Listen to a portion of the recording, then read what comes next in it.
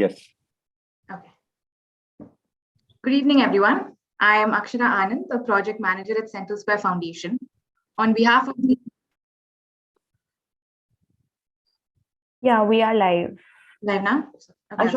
We can wait till it's exactly 4:30 and then begin. It's okay if we're live. Let's just wait a few seconds for YouTube folks to also join.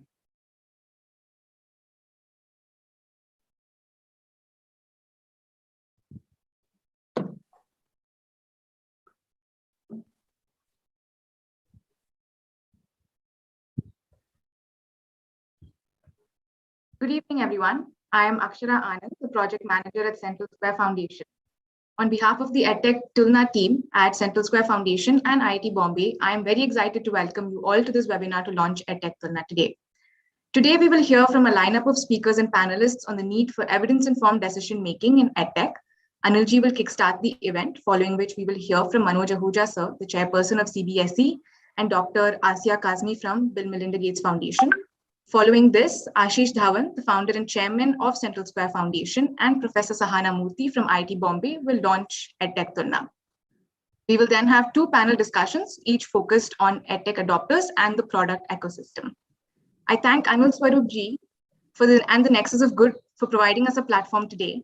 Anil ji, it would be great to start the event with a few words from you. Over to you, sir. A very good afternoon to all of you. And at the outset, my compliments to Central Square Foundation and IIT Bombay for having come up with a platform which is the need of the hour. As I used to say some time ago, it's a jungle out there. Technology has been a game changer. So it is impacting a lot of educational stuff as well. But till now, if my information is correct, there is no set of parameters that can help a buyer into determining as to what he should buy or what he should buy. And this goes for the institutions also. There was indeed a felt need for such a platform as would be launched today to enable the buyers to select the platform that they would want to buy, the EdTech platform they would like to buy. And I'm so glad that Central Square Foundation and IIT Bombay have worked together to come up with this platform, which will enable not only individuals, but institutions, even government agencies, to determine what would be good for them. So in that sense, I think this is an excellent beginning. And I'm so glad that we have a line of speakers, people like Manoj Ahuja, Chairman CBSE, who will be talking to us about the relevance of this platform that is being launched today. Some groundwork, I'm told, has already been done. The platform is already been experimented in a couple of states. So it's not that they are starting from scratch today. The pilot work has been done and it appears that it is working pretty well. And all of us will be benefited by this platform, whether, as I said, whether in the private domain or in the public domain, each one of them will be benefited. So I won't take very long. In fact, I'm also eager to learn about what has happened in the platform in the past few months, because I did have an interaction with the team some time ago. And I was very excited about the progress that they have made. And I'm so glad that they finally arrived at a situation where they are prepared to launch this platform today. So my compliments again to Central Square Foundation and IIT Mumbai, and I hand it over to you to take the program forward. All the best to all of you. Thank you. Thank you, sir, for kickstarting the event. It is now my pleasure to welcome Mr. Manoj Ahuja, the chairperson of CBSE, to deliver the keynote address. Manoj Ahuja, sir, is an IAS officer of the 1990 batch of the Odisha cadre. Prior to his current role, he served as Special Director of Lal Bahadur Shastri National Academy of Administration, Department of Personnel and Training. It's great to have you here today, sir. Over to you. Thank you, Mr. Anil Swarup, sir, my co-speakers, co-panelists, and others who are tuned into this webinar. Thank you for giving me an opportunity, and let me reiterate the compliments Mr. Anil Swarup has given to CSF and IIT Mumbai for coming out with this platform. I would give a perspective more from a user's perspective. And all of us are aware, I mean, we've been through more than 1.5 years where our school education has been disrupted, and technology has become an integral part of education in the country and across the world. And the future too, perhaps a blended kind of learning would be a part of education. I mean, you can't get away from that fact. Now, what does it mean for people who are associated with the education, be it individuals, be it students, be it parents, be it schools, be it government entities, or even institutions like CBSE, state governments? What does this mean for that? One, that you would have to engage with technology and technology in the education sector. Number of times you will have to take decisions, and decisions which will have a long-term impact as to what do I invest in, what do I buy, how do I buy, how do I take a decision as to what is good and what is not so good. And it is here where I feel that EdTulna fills up a very critical and vital gap. I'll come to this later, but I would also like to emphasize that the national education policy, which most of you are aware and would have gone through, also emphasizes the role of technology and talks about national digital education architecture, which would allow the educational ecosystem to work together, to be interoperable, and it's an open source system or an architecture. And it's very similar, to give you an example, like what UPI did in the financial sector. A small building block of UPI which allows different people with different mobile systems, wallets, different banks to make payments very easily. And that is what NDA plans to do with the education sector, to provide basic building blocks where the ecosystem can actually work together, and it should catalyze innovations in the education sector, and it's open source. Now, there's also the National Education Technology Forum, which is to provide broad-based advice for technology use in the education sector. And a number of times it reiterates the importance of technology. Therefore, as I said, we can't wish away technology. If you want to bring about excellence and equity, technology has a major role. Now, what does it mean for people like me or others who are associated with education? You know, I'm reminded of a very seminal article in economics about from George Eccleoff, where he talked about lemons or used cars and the difficulty in judging what price should I pay for an old car or a used car, and then which leads to an issue known as adverse selection. And he was working in the Planning Commission at that time in 1969 or 68, I believe. And I have a feeling that he must have got an idea from when he saw people procuring milk. At that time, we didn't have milk in packaged, in Amul or Saras or defined packs. It was your milkman who would come to sell you milk. And well, some milkmen would add water to it, and therefore ascertaining the quality of the milk was a huge problem.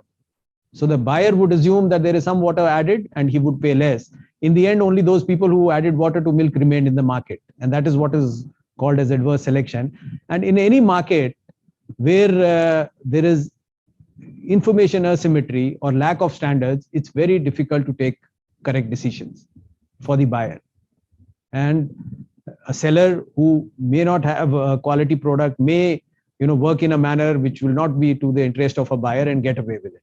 And therefore, this vital gap in providing correct information and standards by which a buyer or the demand side can judge what he wants is very important. And this gap, I am not aware of any other products or standards which are there in the public domain for products in the education sector. This gap is filled up very, very nicely by EdTulna. I think it's a public good and should be used by everybody, and it will definitely help them in making better and correct decisions. I have seen, we've seen the rise of EdTech. You've heard of so-called unicorns, which have become now billions and billions dollars worth. One of the fastest growing institutions belong to the EdTech sector, both in India and globally. And there has been a mushroom of organizations and entities which are providing product in the EdTech sector, be it something like AIML, being something like content, being something like assessment, or whatever you may call it. But the fact is there has been a mushrooming in everything. Is it content, or is it AR, or is it virtual reality, augmented reality, whatever you can call it. There are so many products. Different LMSs, learning management systems are available. And as I said, people who are investing in these products, for them, it's a long-term investment, and they need to get it right. And they can get it right only when they are able to define and have proper standards to procure things and to evaluate things. And therefore, Tulna, as per my understanding, has these objectives, attempts to empower the buyer or the demand side in this equation to make proper decisions, which I think is a very, very important field or a very important area or a gap which was existing in this. And definitely once it starts getting rolled out and more people use it, it's going to lead to better decision making, better investment in digital technologies. And I think more and in the long run, the buyers making correct decisions and sellers who are providing quality products remaining in the market. So once again, my compliments to CSF and IIT Mumbai. And we at CBSE itself, whenever we are going to do this procurement, we've had talks, we'll definitely make use of Tulna and the platform and the standards it prescribes for our procurement. Thank you so much.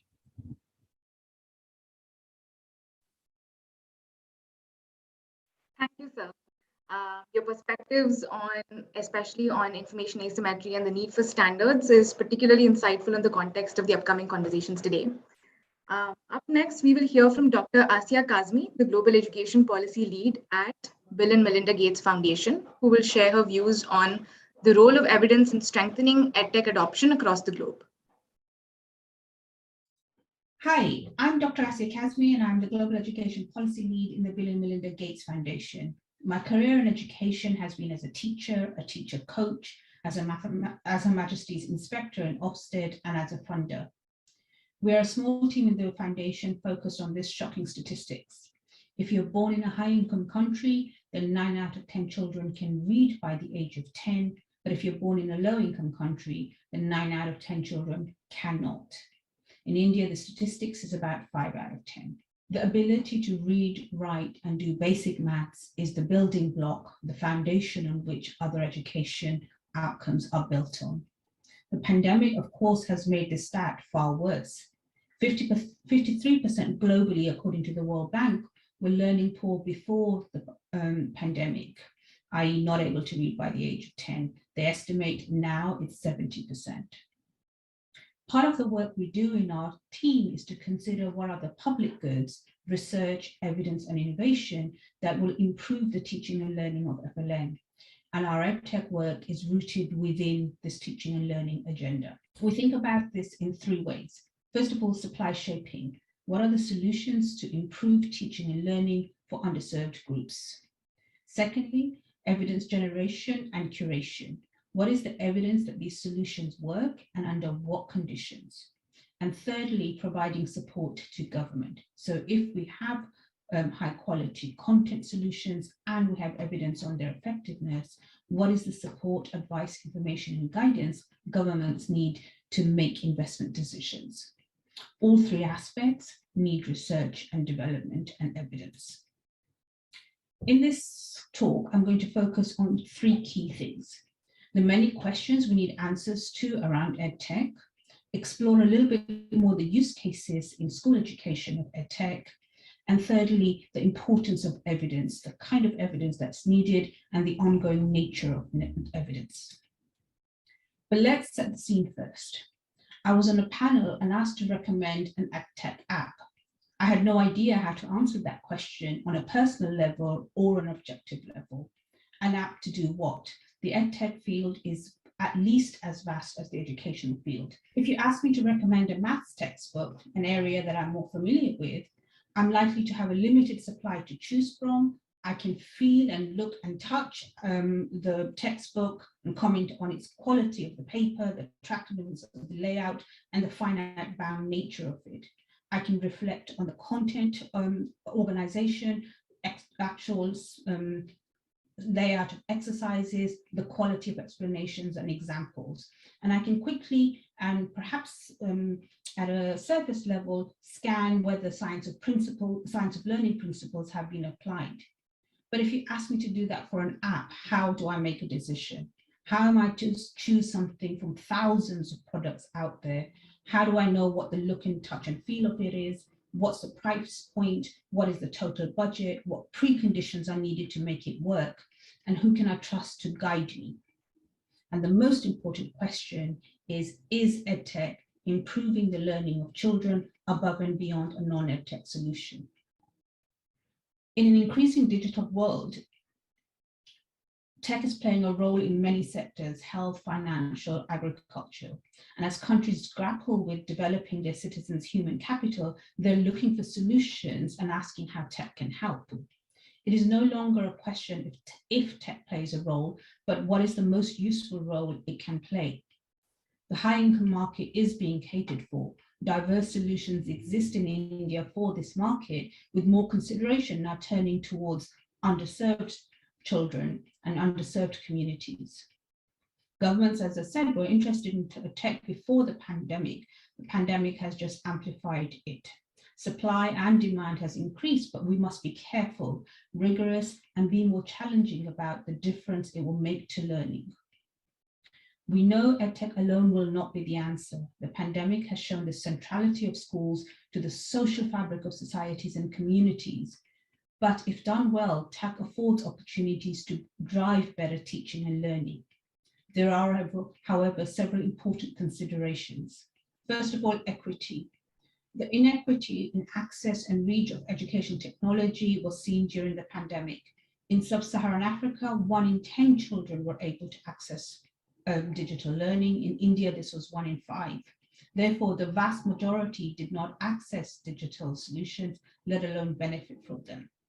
We know also that even if tech is available freely, it is not the underserved who benefit the most from it.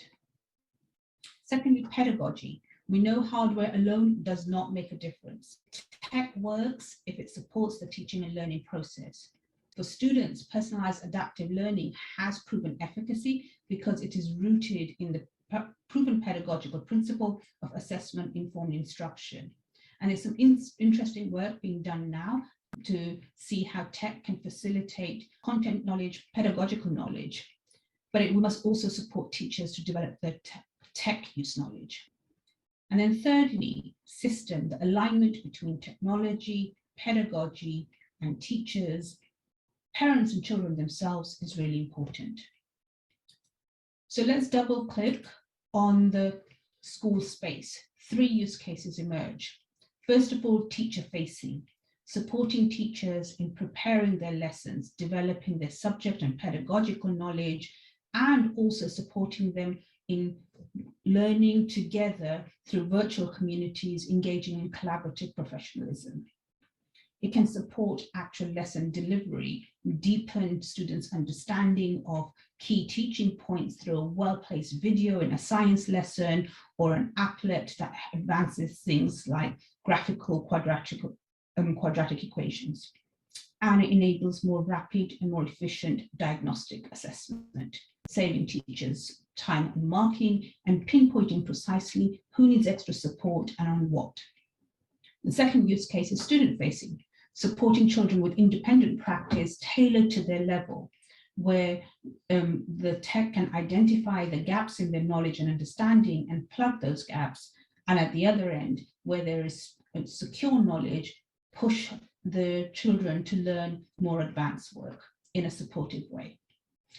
It can also facilitate independent practice at home in engaging personalized ways and be a mechanism for involving parents and other siblings in the learning process. And thirdly, systems facing, it can make for more efficient information available to those governing education systems, facilitate resource management, payment, accreditation, as just a few examples. Our focus is on the first two. How can EdTech enhance the work of the teacher, make their lives easier, and improve their students' outcomes? If it doesn't do that, tech will not be used. So let's turn our attention to some of the key questions stakeholders are grappling with. Education is a local endeavor, but EdTech blurs the boundaries. And these are questions that high-income countries as well as low and middle-income countries are pondering. First of all, what products and solutions should governments invest in? Secondly, is the solution aligned to the national curriculum of the government? Third, is it rooted in good pedagogy, utilizing the principles of the science of learning and the science of teaching, and effective teaching pedagogies such as use of formative assessment? Fourth, does it improve learning outcomes? Over what period and for whom? 5, does it serve the needs of the underserved? 6, will it work in low resource settings where connectivity, bandwidth, time and devices are all issues? Those who are digitally excluded or have limited or intermittent connections. What adaptations are needed to locally route these products? 7, what are the essential ingredients around the product that determines its success? 8, what is the total cost of the product, including storage, upgrades, how often, and how will it be done? What support do teachers need in using the product or the solution? This aspect cannot be overlooked. And finally, number 10, what is the one place we can go to get this information easily and also apply it easily? These are some of the questions. There are more questions. We need the kind of evidence that allows decision making, that informs better implementation. And we need this evidence to be independent, objective, and timely from a trustworthy source. Who needs this evidence? Who is the we here that we're talking about? First of all, there's developers so that they can make solutions fit for purpose. Second, teachers and head teachers and those who support them so they can incorporate these solutions into their classroom practice. Third, parents also need to know whether to use the product and how to use it to support their children. Research is needed to advance the evidence base and to hold us to account, particularly on the equity agenda. And funders needed to incentivize better solutions to address gaps or to support expansion of proven solutions. And of course, governments needed to make procurement decisions and to manage the performance so that those products and solutions are most likely to meet their educational goals. The evidence needs to be available in an ongoing way. If we just look at the government users, they need the evidence at the start of the purchasing decision and they need it during implementation. They need to have information on who the product is reaching. Are they engaging with the product in the way that it was intended and what impact the product is having? It is great to see the field responding to this demand for evidence and that states are using this in their decision-making in India. Just 3 organizations working on this, the EdTech Hub, which is an FCDO-funded research program, the International Society for Teaching for Tech, the International Society for Tech in Education, ISTE, and the Institute for Education Sciences, IES, are all running programs to generate more evidence. And of course, EdTech Tulna is pursuing ways to get more evidence about product efficacy. And while it's early days yet, the focus on developing depth in evidence is very welcome. The focus on the first use case, personalized adaptive learning, is aiming to say this product in its present form adheres to the following proven principles, and this is where it needs to do more work. This is hugely useful information to the developers themselves, the investors, and to government. And EdTech Tulna has been smart in taking a use case approach, moving on to teacher professional development products next. Making this evidence publicly available is also important. And we need to applaud the products that have subjected themselves to this scrutiny, who are up for this challenge. This search for rigor and the openness to scrutiny is a sign of an organization that's striving for excellence and continuous improvement. These innovations in evidence supply are important. They will influence demand and provide better quality supply. And they will help the sector to be more rigorous, constantly asking what difference can tech make to our children's outcomes, both learning outcomes and wider outcomes. Children in our schools right now have faced unprecedented challenges, emotional and cognitive. Teachers too have also had incredible demands placed on them, learning new ways of working while also facing themselves pandemic-related challenges. And parents worry about the long-term impact of the pandemic. We owe it to all these groups to provide them with evidence about solutions where we can objectively say they have passed some sort of scrutiny, that they're more likely to work based on the evidence we currently have about effective principles of EdTech use. And we need to support teachers and parents in utilizing those products. A product on its own, no matter how high quality, is the beginning, not the end of the learning agenda. It is exciting to see the rigorous evaluation approach Tulna is taking, engaging developers, government, and teachers, and scrutinizing products thoroughly, questioning how Tulna itself can contribute to continuously improving the products. And it is exciting to see the commitment states are making to the use of this evidence. This pursuit of rigor on behalf of children and their learning is what the education sector needs. I look forward to seeing the evidence generated and, importantly, how it's used to inform programming. Thank you. Thank you, Asiya. With Dr. Asiya having set the stage with describing the global need for an evidence-led agenda, now I will invite Ashish Dhawan, the founder and chairman of Central Square Foundation, to share his perspectives on the Indian ecosystem and to officially launch EdTech Tulna. Welcome to this event co-hosted by CSF. As all of you know, our children in schools have gone through a very difficult period during COVID. It's been a period of time where children have been out of school for now almost 2 years. In India, we've suffered more than almost any other country in the world in terms of children being kept away from school. It's also meant that during this COVID period, state governments, private schools have had to respond and act very differently to try to reach out to children who are at home. It has clearly been the Sputnik moment for EdTech products. We've seen a mushrooming of EdTech products, of course, in the for-profit ecosystem, high valuations, lots of money going into that space, and a larger adoption.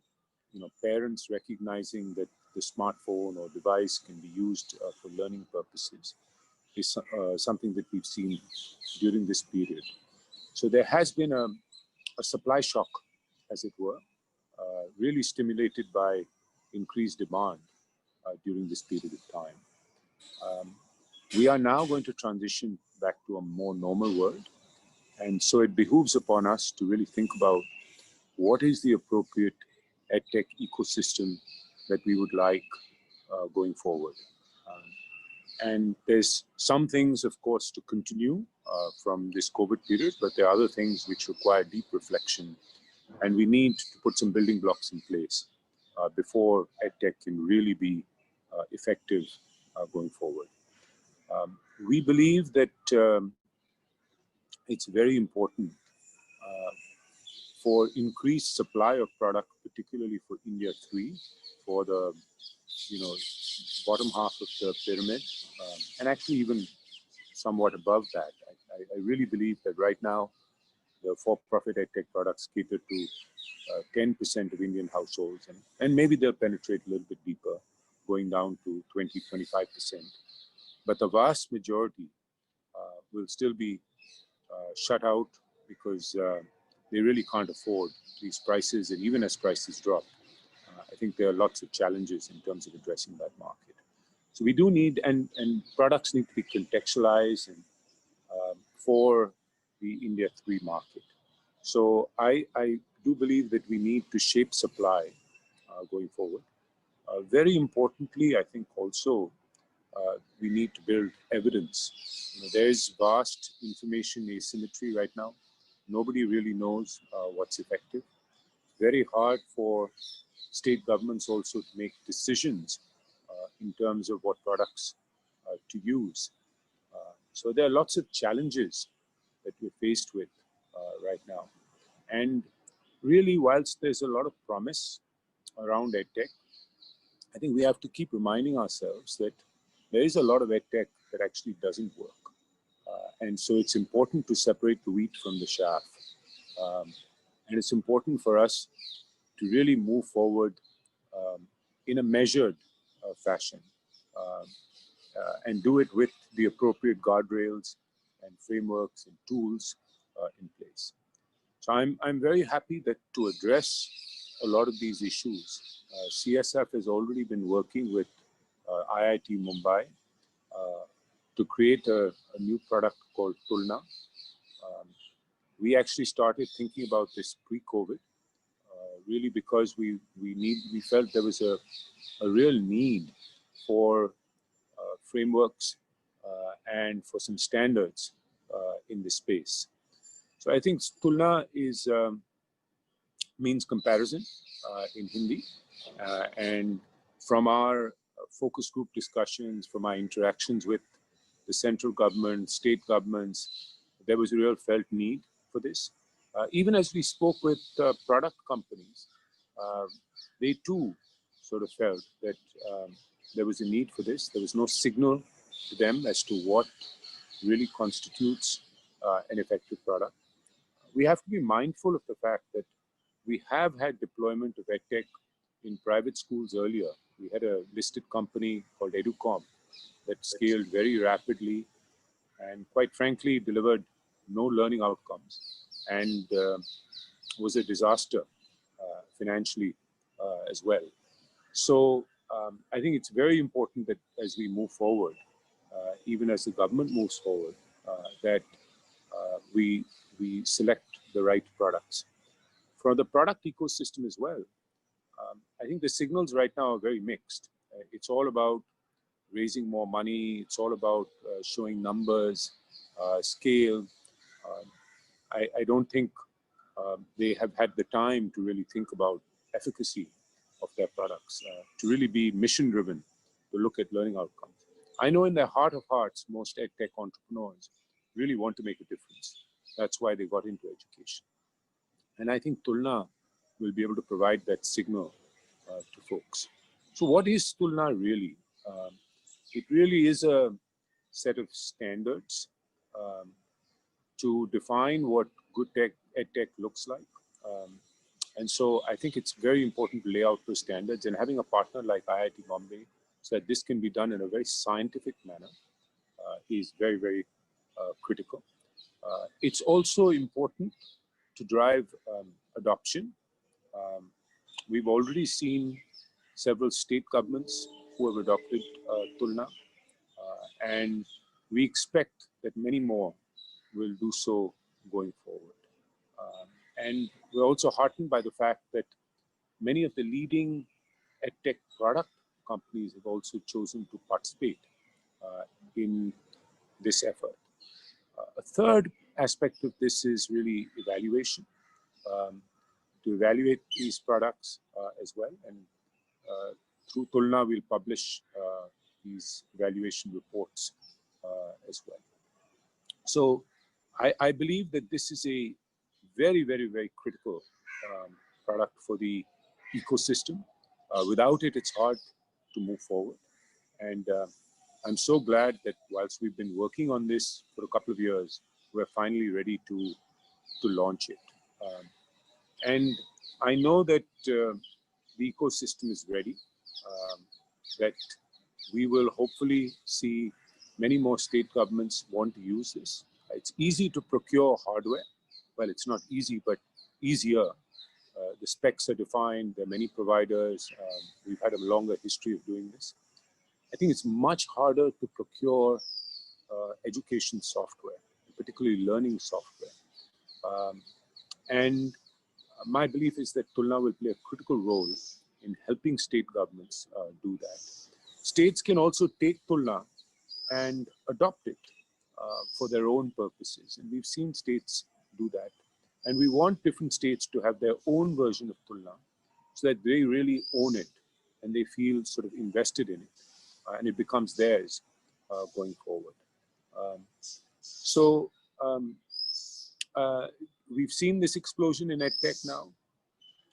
Tulna will really serve as that gateway so that better decisions can be made. We have more evidence, we have standards, and I'm so grateful that the ecosystem has collaborated with us to make this happen. More than anything else, I'd like to thank the team at IIT Mumbai alongside the team at CSF for working so hard to pull this off. And now I'd like to hand it over to Professor Sahana to speak with you. Thank you.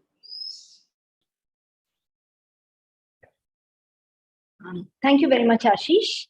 It's a real pleasure to be here today. I'm Sahana Murthy, and I'm really happy to build on all these important points made by the previous speakers. So can I request the slides to come up, please? Okay, great, thank you. So I'm a professor in the Educational Technology Department at IIT Bombay. I'll take a minute to introduce our department. It is an interdisciplinary program, which means it has members from a variety of disciplines, the sciences, engineering, computer science, humanities and social sciences, design school. It started just over a decade ago in 2010. We have 5 core faculty and 15 associate faculty from the various discipline departments at IIT Bombay. And we currently have PhD and MTech programs. We have close to 20 PhD alumni and something like 30 or 35 who are ongoing in their PhD right now. The MTech program started about 2 years ago. So in terms of R&D, we work both with student-facing projects and with teacher-facing projects. So among the student-facing ones, we work on technology-enhanced learning of disciplinary practices such as design thinking, problem solving, troubleshooting. So the images you see on the right side are either technology-enhanced learning environments that facilitate these practices, or at the bottom, you can also see some middle school students doing design. Among the teacher-facing projects, our focus is on helping teachers effectively integrate EdTech into their teaching practice. For the past 10 years, it was largely in the classroom and blended mode. Now it's online and blended primarily. We also have faculty members and students working on learning analytics and emerging technologies. So in addition to R&D and our educational programs, we engage with organizations outside our institute, government bodies, NGOs, industry, and so on through projects. And EdTech Tulna is one such project. Next slide, please. Okay, so in terms of the challenges that we face today, Ashish has really elaborated on the challenges in detail.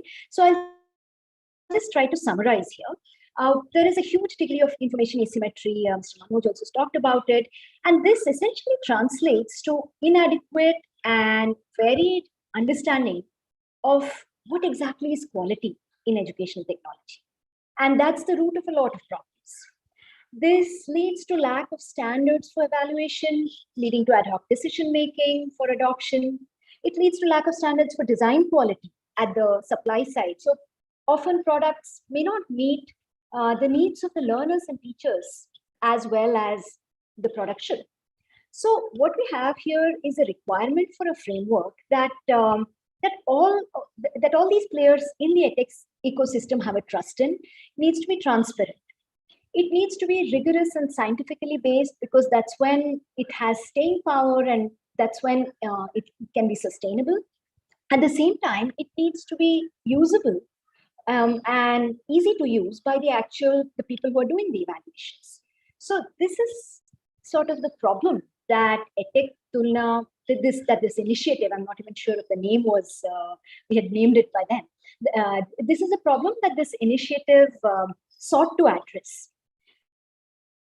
And before we move to the solution, I'd like to talk a minute or so about what made this solution possible. Next slide, please. And that's, of course, the people, right? So EdTech Tulna is a partnership between Central Square Foundation and IIT Bombay. This is what we call as a research practice partnership. Members from these partner organizations were involved in co-design of the standards, the framework, the evaluation instruments, and a lot of things, with inputs from government policymakers, inputs from teachers, principals, and even parents. The second group of people who immensely contributed to where we are today is our advisory team. So we have a really illustrious advisory board with Mr. Anil Swarup leading the board, Dr. Asiya Kazmi, you've heard from both of them, and Professor Amina Charania, who's a professor at Tata Institute of Social Sciences, and she works a lot with teacher professional development and technology integration. Next slide, please. And of course, there's the entire team, the Tulna team on the ground, who worked very, very hard for the past year and a half on research, design, evaluation, communication, outreach, and everything else in between. So again, today's success, the fact that we've come this far in this long and hard journey is due to the partners, the advisors, and the teams. Next slide, please. Okay, so let's move to what exactly is evaluation. And in order to understand what evaluation really means, we have to take into account the diverse landscape that exists in evaluation. For example, are we evaluating the product or are we evaluating the program?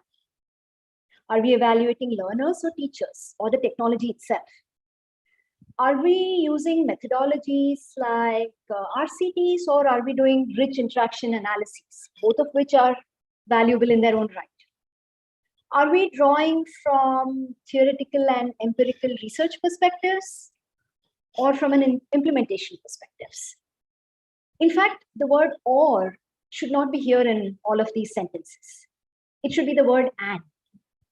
So we had to make sense and we had to figure out a way to integrate all these perspectives. Okay, that was one requirement we had. The other requirement is that there is a need for a common language or a common framework so that relative comparison between different solutions become possible. So to address these requirements, we use a systematic layered evaluation approach. We heard from Dr. Asiya Kazmi that the product design is the beginning of the learning journey. So in our evaluation approach, the bottom, the foundational layer is that of the design of the product, is that of the evaluation of the product design. And this leads the way for impact that can be measured at the higher layer. So after product design in this framework, there's the evaluation of how teachers and learners interact with the product. Where do they face challenges? Can they give some insight on how the design could be improved? That proceeds on to evaluating learning outcomes in the actual field settings, and finally evaluation at scale. So this sort of an approach also provides an understanding of the how and why of the effectiveness, not just whether some outcomes have been met or not. And this is sort of the key to sustainable outcomes. Can we go to the next slide, please?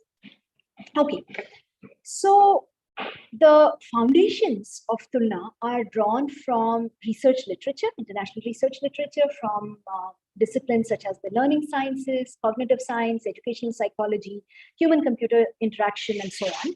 All of which talk about, how do people learn? How do people learn with technology? What's the role of the teacher, the technology, the peers in the learning process? So that's one basis. The second basis is the government policy recommendations, NCF 2005, NEP 2020. A lot of the Tulna framework has drawn from it. And finally, it's been guided by empirical analyses of stakeholder needs. We did persona analysis of teachers, students, parents, government decision makers, and consultants to reach to this stage. So this gave us some key features, some very core features of Tulna. And the first thing I would like to talk about here is that, we are talking of products and buyers of EdTech. But what we should not forget really is that at the heart of all of this is learning. It's the learners, our students, our children, who are learning in these very complex learning environments, again, where there's an interplay of technology, teachers, peers, content, material, and so on. So the Tulna framework had to mirror this learning complexity. And in order to do that, the evaluation index, which is in the form of a rubric, is multidimensional. It's not a single number, because a single number cannot really compress all this information, and it wouldn't provide the richness.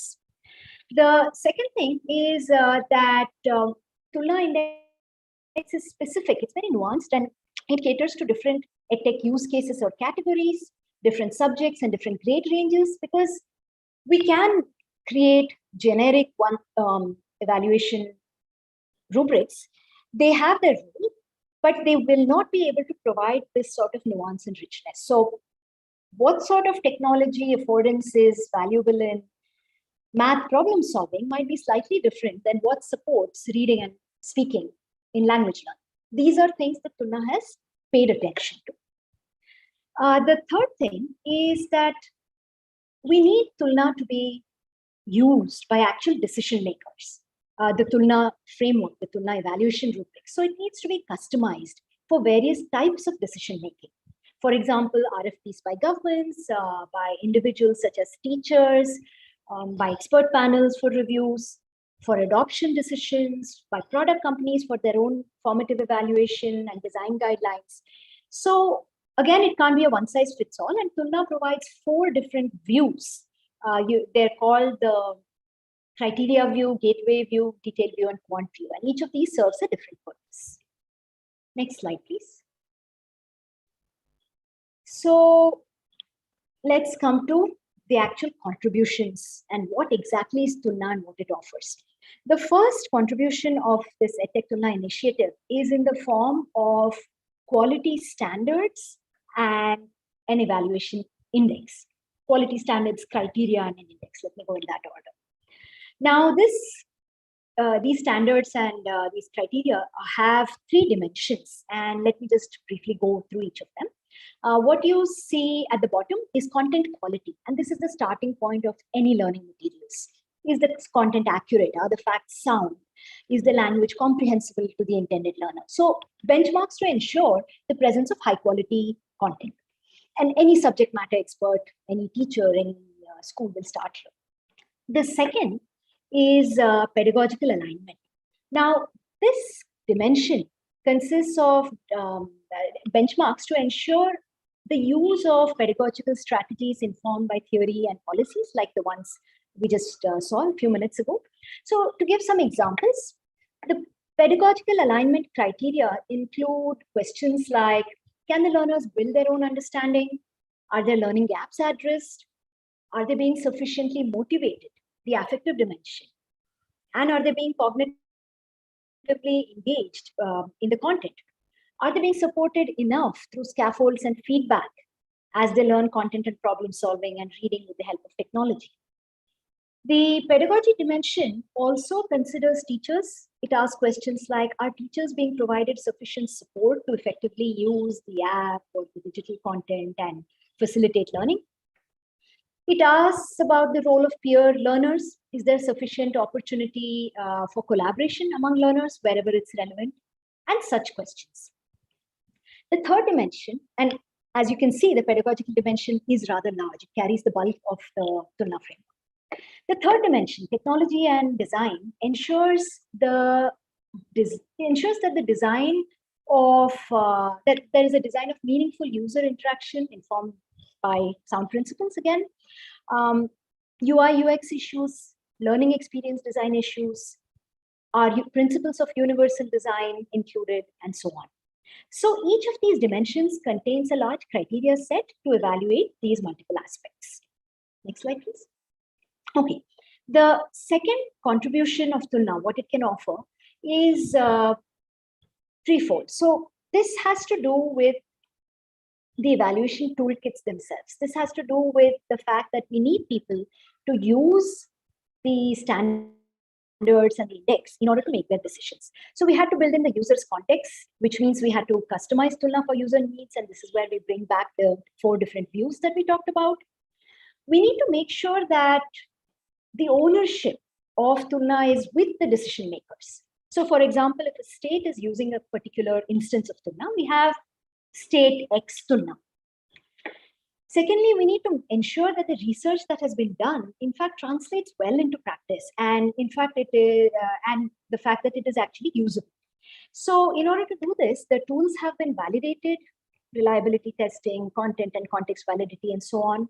There are rubrics with a 3-point scale that contains performance indicators. So for the technical experts in the audience, you will be able to relate to what I'm saying.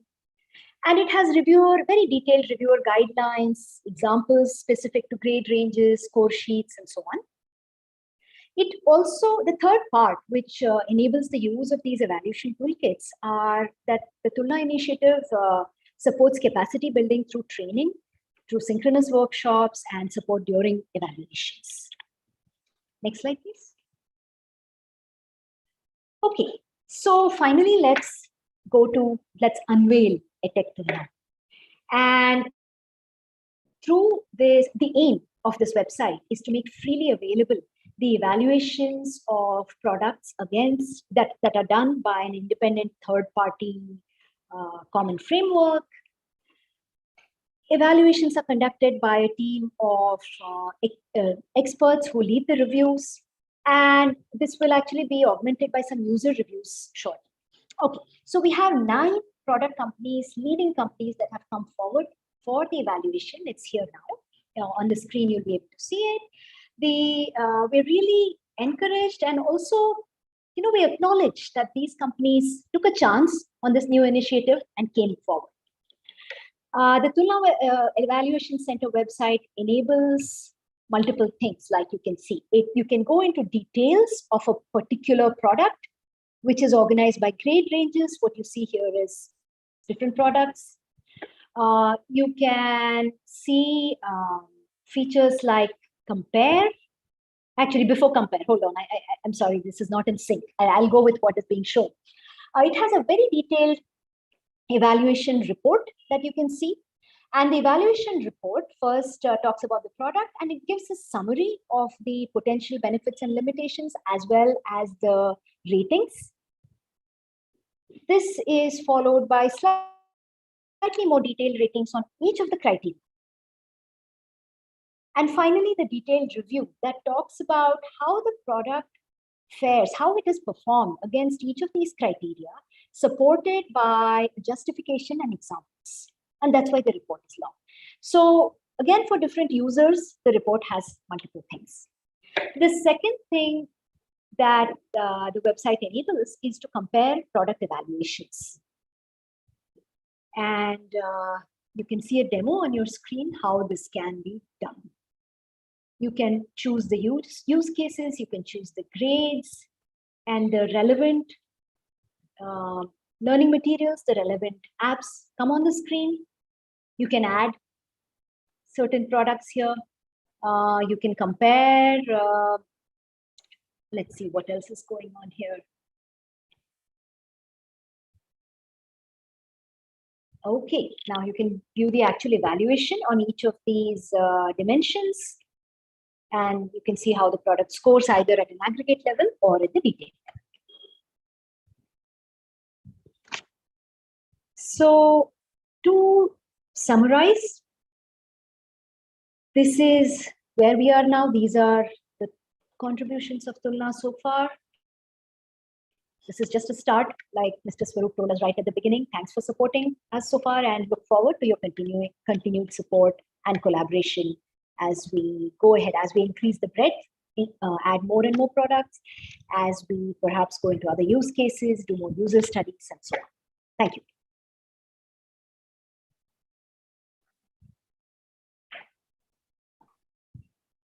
Thank you, Professor Sahana, and congratulations to all the teams on the launch of EdTech Tulna.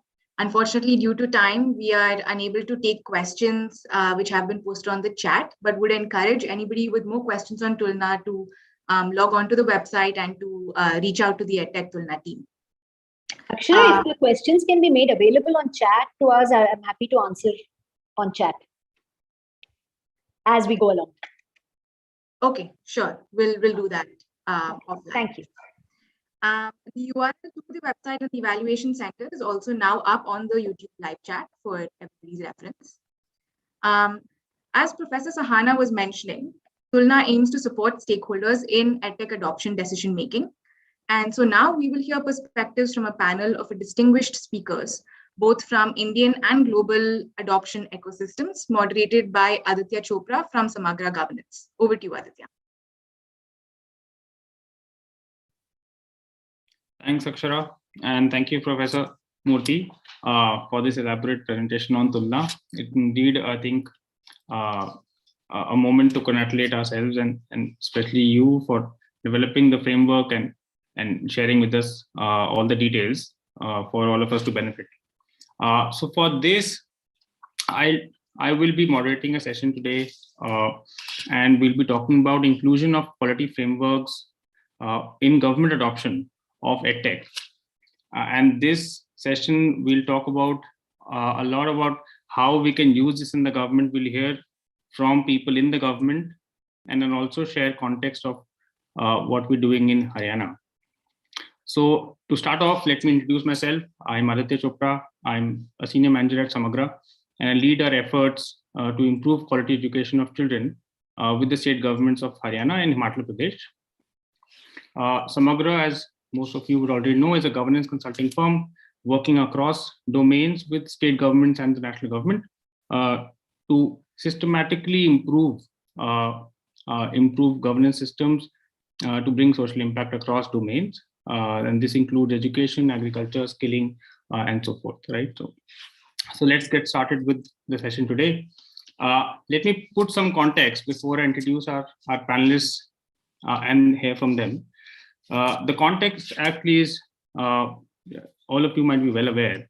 So the pandemic actually disrupted school education in the country. All schools were closed and some 320 million children were affected by it.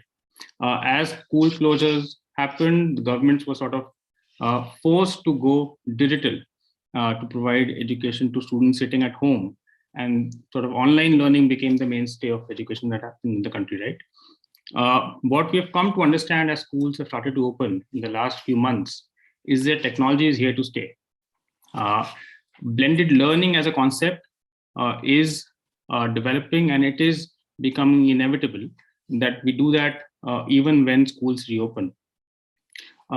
As demand for EdTech from governments has increased, so has actually the supply, right? And you'd hear a lot about new startups coming in the private sector and a lot of EdTech players getting huge valuations. This EdTech supply of solutions needs to answer two questions, right? The first question, of course, is are children getting the best solutions so that they can learn? And two, are these product solution providers really building the best products, right? So what guidance can we give to product builders to build solutions for children? And of course, on the second part, are children really getting all the information and the products that they need, right? So to answer both these questions, we have an esteemed panel today. Unfortunately, they're not live with us, but I'll keep on sharing what they have thankfully agreed to record for us. So we'll keep that going. We have with us today two esteemed panelists. One, of course, is Ms. Rashmi Shami. She is the Principal Secretary of Education in Madhya Pradesh. And the other is Mr. Tom Kay. He is the Country Engagement Lead at EdTech Hub. So let's hear from Tom and Rashmi ma'am on their reflections on the emerging role of EdTech from their context. My name is Tom Kay, and I'm the EdTech Hub's Global Country Engagement Lead. The EdTech Hub is an initiative created by the UK Foreign Commonwealth and Development Office, or UKAID, the Bill and Melinda Gates Foundation, and the World Bank to generate better insights and evidence about what works, for whom, in which context, and why when it comes to the use of education technology. We now realise the wide range of roles that EdTech can play within education systems. We are seeing improvements in areas like access, where children are able to access things they couldn't previously, be it subject matter, content, and teachers. We're seeing improvements in quality. Technology helps to make quality content available through a host of modalities. Not only is creation simpler, but the ability to share materials with many people around the world brings the price per child down significantly. We're also seeing improvements in equity. Children in the most difficult to reach places are now, more than ever, being provided with support to learn through initiatives like interactive radio programming that allows unqualified teachers to facilitate learning in remote areas. Hello everyone, my name is Rashmi Arun Shami. I'm Principal Secretary School Education from Madhya Pradesh. I belong to the 1994 batch of the Indian Administrative Service, and I have been working in the education sector in various capacities for close to 7 years now. The CMRISE school program is basically what we are trying to do is that we are trying to create over a period of 10 years, 9,000 plus schools, which are of extremely high quality. I would hope that they will be world-class schools where the children get all kinds of support and they are totally aligned to the new education policy. So the education will be from KG to 12, and these schools will be focusing on very high quality academics, extremely good co-curricular activities, and of course, they will be focused on 21st century skills. So when we are setting up very high quality schools, the academics part becomes very important. And as we have seen over the years, technology is of great help in allowing children, A, to understand things better, to figure out abstract concepts in a more concrete manner. And also, it is very helpful in connecting high quality teachers to schools where there are not enough good quality teachers. So I'm hoping that CMRISE schools will have very good teachers, but at the same time, these teachers will be able to use technology for providing very good quality education to children, and also very forward-looking education to children, so that they are able to use technology to connect to the best in the world. As far as personalized adaptive learning products are concerned, we have used certain products in our schools in Madhya Pradesh, but so far we have not used anything in the same product over a large number of schools. But in CMRISE schools, we are hoping to be able to do this. And we have realized, and I think anybody who's working in the education sector has realized, that classroom instruction works up to a point. But all children require support, and particularly children who are coming from families which are less advantaged and who don't have enough support at home. For these children, a personalized adaptive learning program becomes a boon, because they can then practice at their own pace. They can learn things better, and they can, if there is iterative learning to be done, if they need to keep watching something again and again, they can do that. And it's working at their level. So I'm hoping that a PAL product, which is focused towards English and maths particularly, will be very, very helpful in our CMRISE schools. Right. So this is very interesting. This is also interesting backdrop to the conversation that was happening earlier around roadblocks, right? And so if we have a framework for evaluating EdTech, where can roadblocks come when governments sort of come to implement them, right? And the roadblocks can come maybe in the strategy phase, in the design phase, or right when we are selecting vendors through an RFP process. So let's hear back from Tom and Rashmi ma'am on what they think about roadblocks.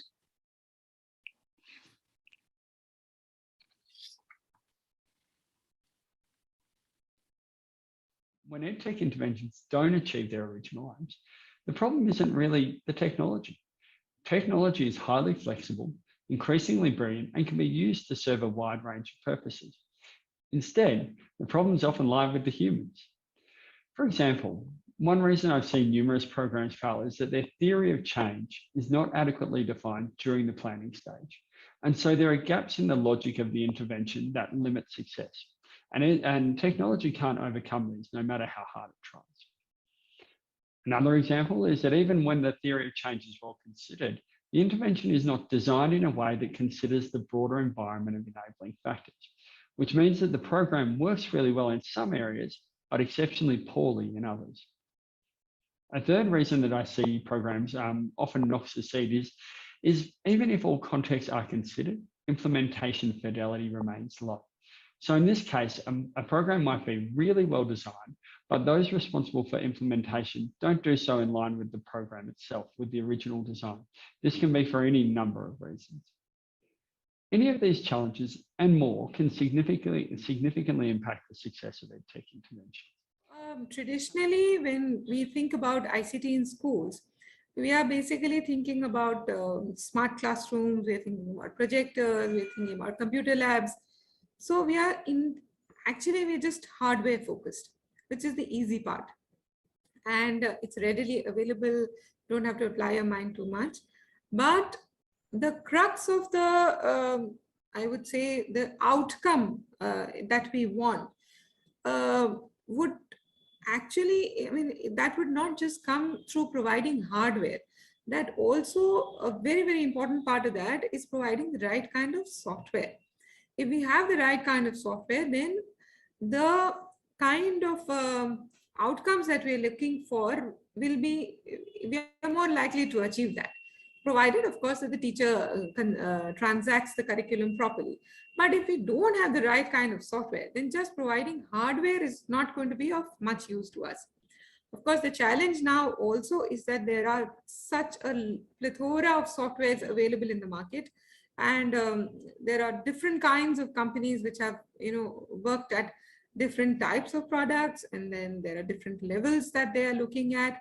So the challenge is to find the right fit in terms of hardware, in terms of software, and also what works best in terms of the context of the state that is implementing it.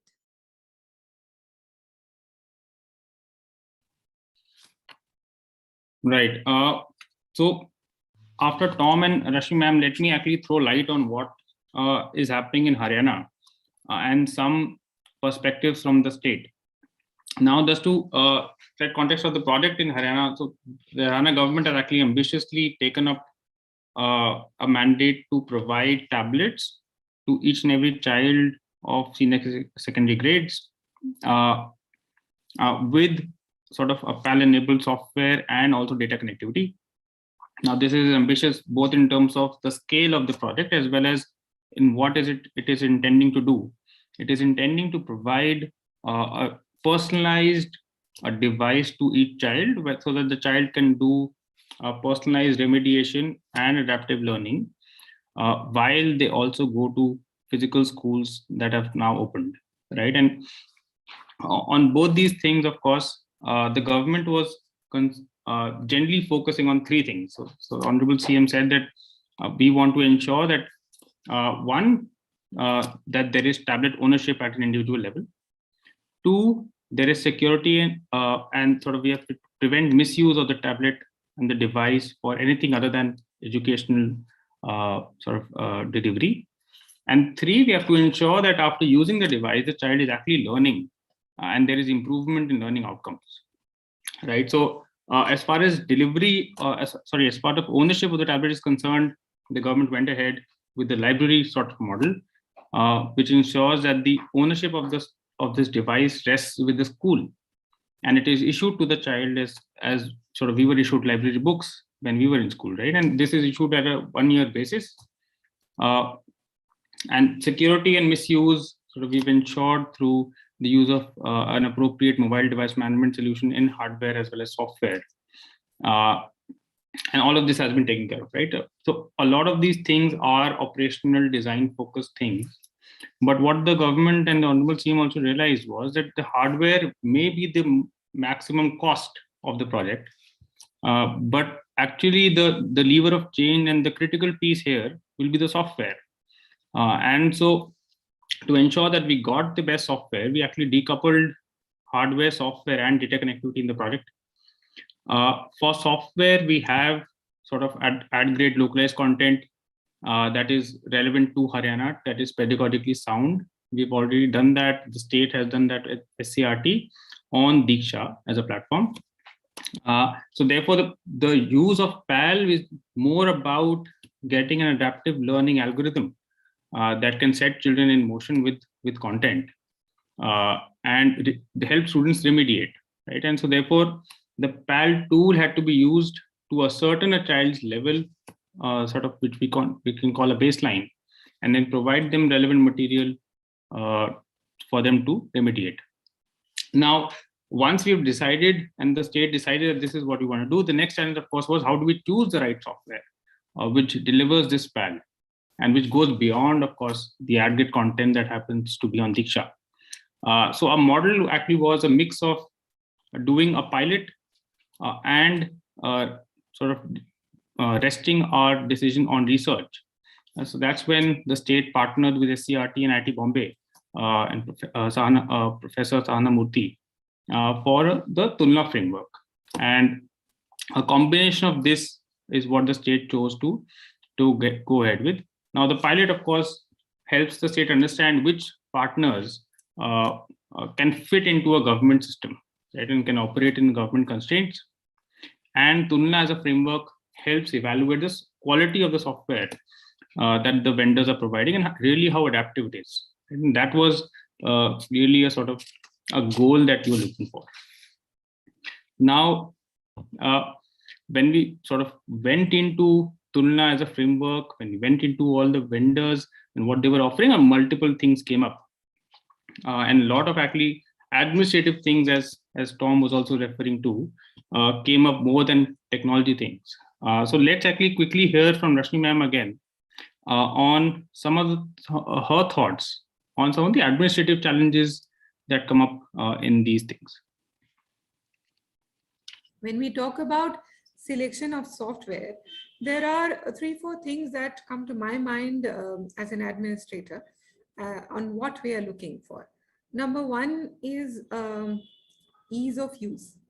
The software should be such that teachers are able to use it easily, children are able to use it easily. It should be comfortable for both rural and urban areas, because we have schools which are located in both areas. So it should not be just, contextually, it should not be just, a product that only the urban child can relate to. It should, even the rural child should be able to do it easily and comfortably, and the teacher should be able to handle it easily and comfortably. Of course, softwares also have to be subject specific, because when you're talking about school education, you are not just looking at one software which will be catering to language as well as mathematics as well as some other subject. It will also have to be subject specific. But the challenge is to look at what is available in the market, see what fits according to the budget available, and most important, what is child friendly and teacher friendly, and which will, at the end of the day, give us the best learning outcome. Now, once again, if we are able to find a tool that helps us assess between different products on these and other parameters, then for us, it's a very convenient thing, because we are then able to move faster and we are able to take decisions based on, hard evidence rather than just sort of figure out things on our own in a more intuitive manner or just based on anecdotal evidences. So I think the EdTech Tulna, if I look at that, that is hopefully a product that will help us find a lot of solutions to our challenges.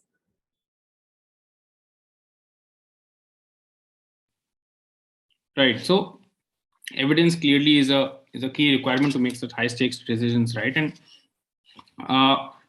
to be able to, we should also have some context of how others are doing this, right? So let's hear from Tom on the global landscape of evidence that exists on this, and to what extent it currently supports the ecosystem with the challenges that we just heard.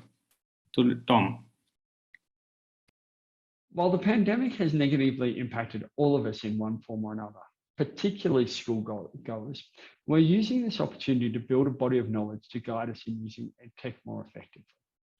The rapid reaction of governments, academics, development partners, and the private sector, all of whom leapt to support learning continuity, has provided us with a nearly uncountable number of programs from which to build our insights into EdTech.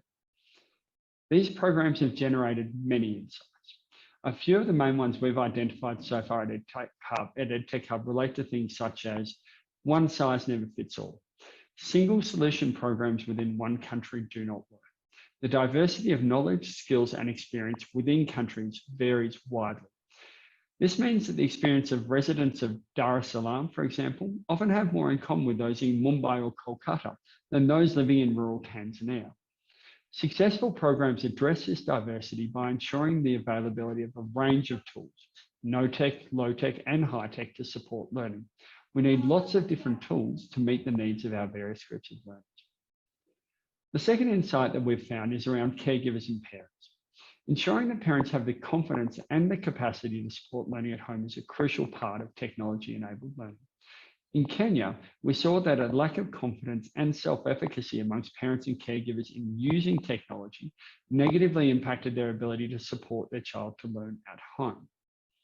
A third area that we've uncovered some insights is around cost effectiveness. We've seen a broad range of tools deployed during the pandemic. These range from solutions that use text messages to deliver content through to digital personalized learning tools. The pandemic has really emphasized the need to identify solutions that can have a high impact on learning whilst keeping costs in line with existing budget. It has also encouraged those firms who used high-tech solutions to think about how best to make their solutions more cost-effective to allow governments to explore moving these solutions to scale. These kinds of insights that I've just cited help build our knowledge of the EdTech field, but there's still a lot more we need to know. Our knowledge of how to deliver robust, high-quality EdTech interventions is still quite immature, particularly when we're talking about at scale. This means we need to undertake more research to better understand what works when it comes to EdTech. Some of these areas include the need to emphasize research that supports individual governments. We really need to support governments to address the challenges they are facing in delivering education. While there are common trends globally, each country's education system is unique. Research should be targeted to help educational systems evolve and overcome their own unique current challenges. Simultaneously, we also need to discover universal truths. These are robust insights that transcend borders. We can do this by simultaneously testing a single intervention in multiple places and gathering rich quantitative and qualitative data, providing insights that either align or differ across contexts. Alternatively, running experiments in one jurisdiction and then testing them in another is a good way to, again, build our insights. Third, and finally, we need to undertake more research on interventions at scale. As I mentioned earlier, we've seen a lot of small interventions emerge. What we are still lacking is comprehensive research providing insights into how to deliver EdTech-related interventions at scale. This is something that the team at EdTech Hub are working hard to address. So that's a little bit of an overview of the landscape as it stands. And what does all this mean for EdTech standards? Now, when we talk about standards, these are a key part of a high-quality, cohesive education system. Standards provide teachers, parents, students, and education leaders and administrators with a foundation for developing tools that can be used daily to plan, implement, and assess educational practices. EdTech Tulna will help create more cohesion, consistency, and quality in the EdTech space. It will help education stakeholders better understand what to consider when designing, deploying, purchasing, or embedding EdTech into their education services. EdTech Tulna will also help users understand how to ensure EdTech is impactful and helps to not only mitigate the learning losses associated with COVID-19, but lay a foundation for our next generation of students to receive higher quality education experiences. It's super exciting, and I'd like to congratulate all of the team for their fantastic work. My last reflection is as follows. While EdTech Tulna is a starting point, it is just that. It's very important, but it's just a starting point. The use of technology to support education, as I've said, is still a very immature space. We have learned a lot, but there's still much we need to know. We're bound to learn lots more over the course of the next 1, 5, or even 10 years. And I hope EdTech Tulna will continue to evolve and adapt over time. EdTech Tulna can become a starting point for governments the world over as they think strategically about the best way to use EdTech to support learning. So my congratulations go to our colleagues in Madhya Pradesh and Haryana for taking the first steps on this journey with the team.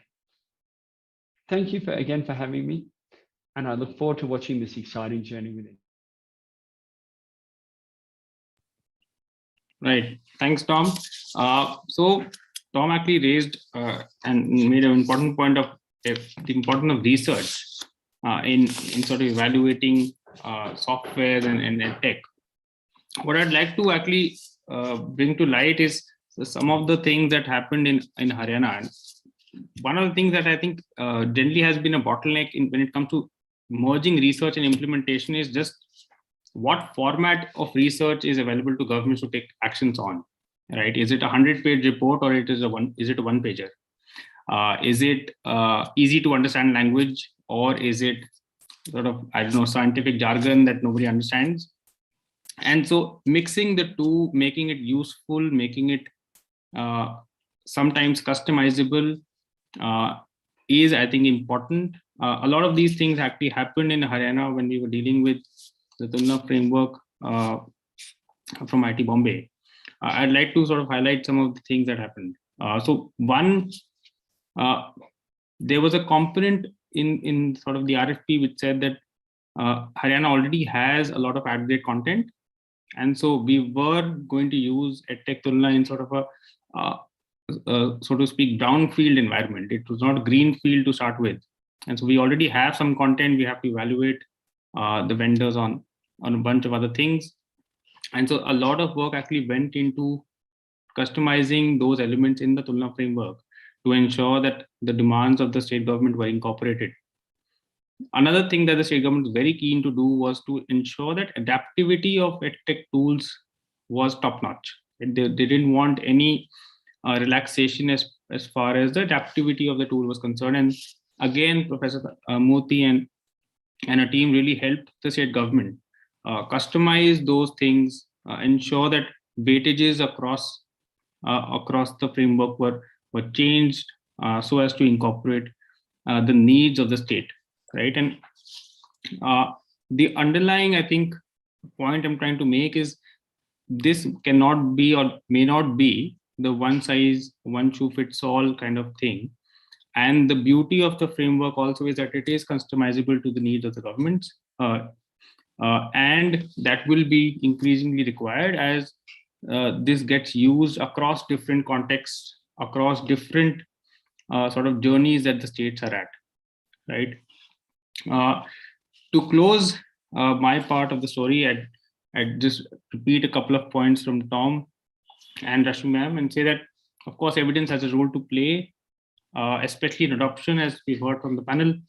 But is it enough, right? And so what role does evidence play in designing products and so forth? And and we have a bunch of esteemed panelists after this session to take care of the session panel 2. So I'll hand over to Rashi from CSF for a conversation around product design to help uncover some of the things that we couldn't answer. Over to you, Rashi.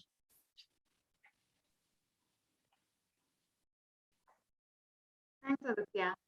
So actually, before we move into panel 2, since we're actually running on schedule, we thought we'll take a quick 5 minutes to actually answer a few of the questions on the YouTube chat, since there were quite a few questions.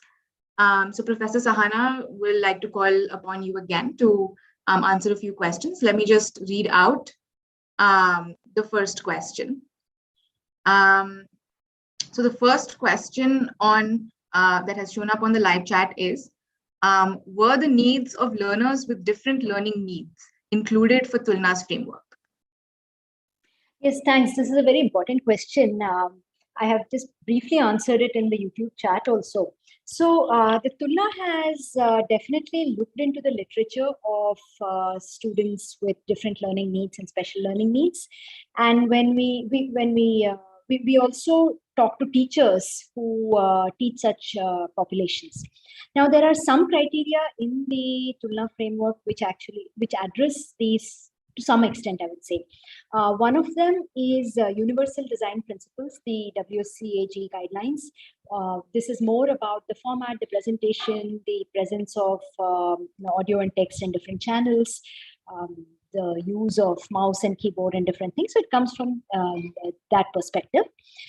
In the pedagogical design aspect, there are a couple of criteria. One is about inclusivity in the representation of learners, where we say it's not exclusively for children with special needs, but it's more about, are the our learners, the intended learners, have they been represented in the content.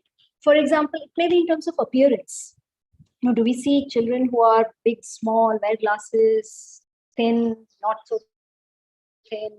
Maybe they have prosthetics, maybe they are wearing different colored clothes. So it could be appearance, it could be gender, it could be the context of the stories and the narratives and the problems. Are these contexts relatable to all the learners? So it's not exactly what you're asking, but a little bit of that comes also in the inclusivity in representation of all learners. Akshara, over to you. Thank you, Sahana. We'll just also ask one more question. How can an EdTech company use EdTech Tulna while designing their product? Okay, again, this is a very important question because one of the goals of EdTech Tulna is to provide what's called formative feedback, feeding back into the product design cycle. So there are again a couple of ways I can think of. The product companies can refer to the design standards which are uploaded on the Tulna website, and this can inform their design. They can use this to inform their design processes. These are research-based standards designed to ensure effective learning, higher cognitive engagement, and so on. The second is the products which have been reviewed. Like we saw earlier, their reports are very detailed and very in-depth.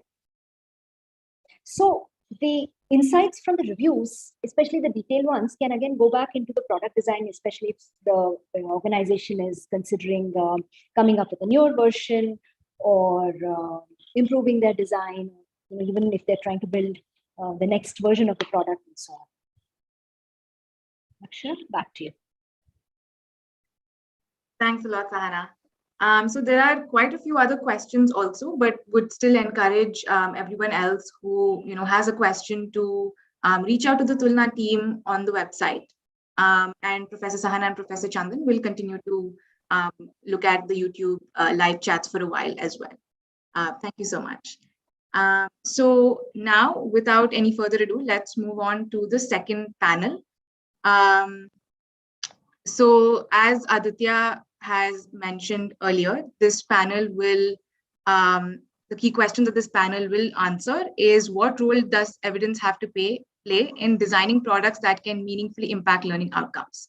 So I will now hand over to my colleague Rashi Dhanani, who is a senior project lead in Central Square Foundation, for a conversation around product design to help uncover some of this with the next panel. Over to you, Rashi. Thanks, Akshara. And welcome everyone to the second and the final panel for the day today. It is indeed my honor and privilege to be here today, speaking with all of you and discussing a topic that is often fraught with controversy and excitement, and nevertheless is of critical importance. I have with me today a very distinguished panel representing the many diverse perspectives of the product ecosystem. We have Pranav Kothari, who is the CEO at Educational Initiatives, Dr. Priyanka Sharma, who leads Principal Efficacy and Research at Khan Academy, India, and Saurabh Chopra, who in his capacity as Project Director leads the Government's Project Vertical at Central Square Foundation. Welcome to all.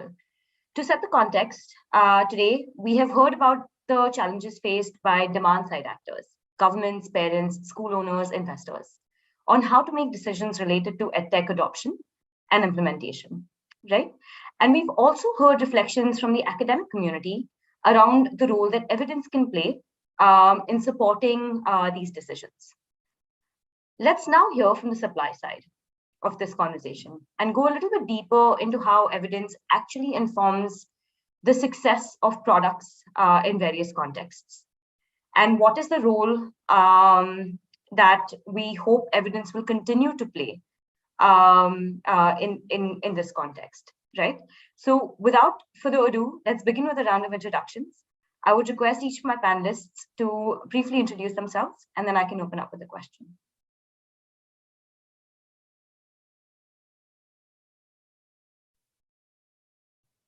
Pranav, perhaps you can go first. Hi, good evening, everyone. My name is Pranav Kothari. I've been for the last 10 years very interested in learning what is the right form of technology that can help improve learning outcomes in a way that is integrated with the school system, in a way that's enabling and complementary to a teacher's strengths. Started MindSpark Centers thanks to the first grant from Central Square Foundation way back in 2012. And over the last decade have brought MindSpark in 9 different languages to 10 different states, serving 500,000 students today. So very thrilled and privileged to be here, and looking forward to learning how the continued emphasis on measuring what moves the needle on learning outcomes can be incorporated as part of the procurement systems, which is the pathway to scale for EdTech and government schools. Thanks. Dr. Priyanka. Hello, everyone. Very good evening. I am Priyanka Sharma from Khan Academy.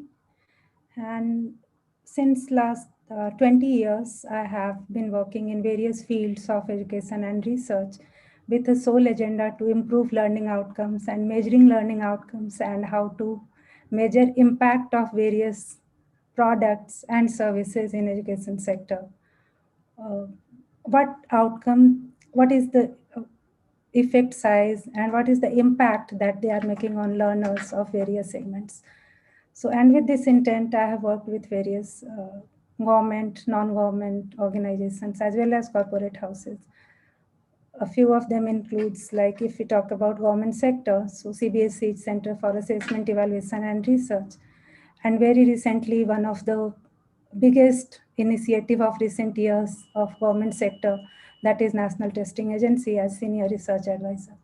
So with that, I think today I am looking for fruitful interaction rather, with the panel here, and to hear about what is going on in this space, to learn more and to share my experience. Thank you, Rashi. Thank you, Dr. Priyanka. Saurabh? Hi, am I audible now, Rashi? Yeah, I can hear you. Okay, great. Hi, my name is Saurabh Chopra. I lead the government projects team at CSF, and I lead the project for TIC-TAC Learn. I've been working in EdTech for the last 10 years, starting with English learning application. This was way back, in fact, we started out before we even had Android applications, way back in 2010-11. Later moved on to a B2B EdTech company. And for the last 4 years, been at CSF working on both TIC-TAC Learn and our Diksha work. So it's very, very interesting to see how we've evolved from looking at just number of downloads to actually now start looking at engagement. And I really look forward to this discussion. Thank you. Thanks, everyone. So maybe let's begin with a question for Dr. Priyanka and Pranav, right?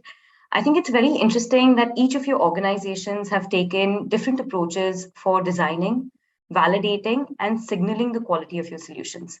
For example, I understand that MindSpark has had an RCT conducted, which is the absolute gold standard in education research. I also understand that Khan Academy has invested significantly in multiple RCTs in the USA, and currently also engage in a range of quasi-experimental evidence generation methods in the Indian context. Can each of you share your reflections on, one, what are the different motivations that even lead you to engage in building an evidence body around your solution, right? Why do this? And second, to what extent have your individual approaches to evidence generation actually been useful to signal quality of your product? We can go in any order. I can go first. So we started out as a learning assessments company. So I think it would be ironical if we didn't get external assessments of our own work. So one primary motivation driver was to look inward, to be able to see that despite the hype and the hoopla that we think that we are causing, is there really learning impact that's happening? And while we had done internal studies, we had never really fathomed the the size of the impact that the JPAL RCT threw up, right? Just because I think the rigor of an RCT tends to isolate the impact to the intervention is very high. But prior to that, we had also, so today we have 4 independent third-party studies done from ID Insight, from JPAL, from Grey Matters, and an organization called Triple Line by IP Global. And some of those were largely to make sure that our efforts are actually moving the needle on what matters most, which is a child able to read better with comprehension? Is a child able to do mathematics that's useful in daily life? Is a child able to sort of pick up skills in English and other subjects that would ultimately help them become better citizens, right? On a decent living and things of that nature. Some of it is also mandated by donors, right? So in particular, a grant sometimes comes accompanied by a need to do an external evaluation. Thankfully, we didn't have to pay for any of these. It all came sponsored by donors and or sort of fundraising that the evaluation agencies themselves raised. One other need, like for example, we're part of a development impact bond where MindSpark is used in 55 government schools of Lucknow. So that automatically comes with a third-party evaluation because part of the payment from an outcome payer to the risk investor is tied to that. So yeah, the motivations have been different, but it's been a great learning experience. And thanks to all these service providers who have actually taught me a lot about, what is baseline endline, the need for control groups, even making implementation pivots that actually are more sensible from an implementation perspective. So yeah, those have been some of the motivations.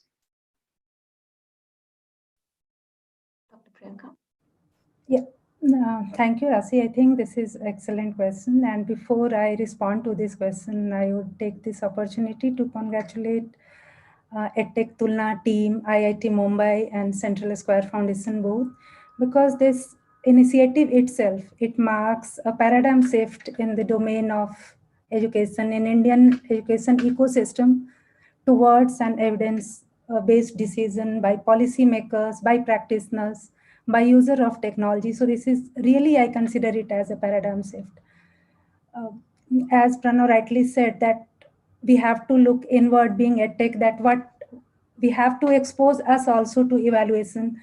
So all these things, it shows somewhere maturity within the education ecosystem by various organizations and also stakeholders. So now coming back to your question, the prime motivation, of course, for us to generate evidence, or rather to use evidence, whether it is generated by Khan Academy or it is generated by third party, generated by various researchers and scientists working across the globe or EdTech Tulna, prime motivation is to drive learner engagement and learning outcome. But of course, motivation is also to learn from these studies and to look at where we can improvise further, which feature can be improved and which services can be improved to deliver on outcomes. Because nowadays we know that there are hundreds of EdTech interventions in the ecosystem, but not all EdTech interventions are equal. So policymakers, users of technology, all of them, they have to follow evidence. So this is one of the reasons that we have to provide enough evidence about our product and other products in the space so that users, stakeholders, policymakers, they are able to take informed decision. And if we talk about efficacious intervention, because most of this evidence, the purpose is to improve efficacy of these interventions.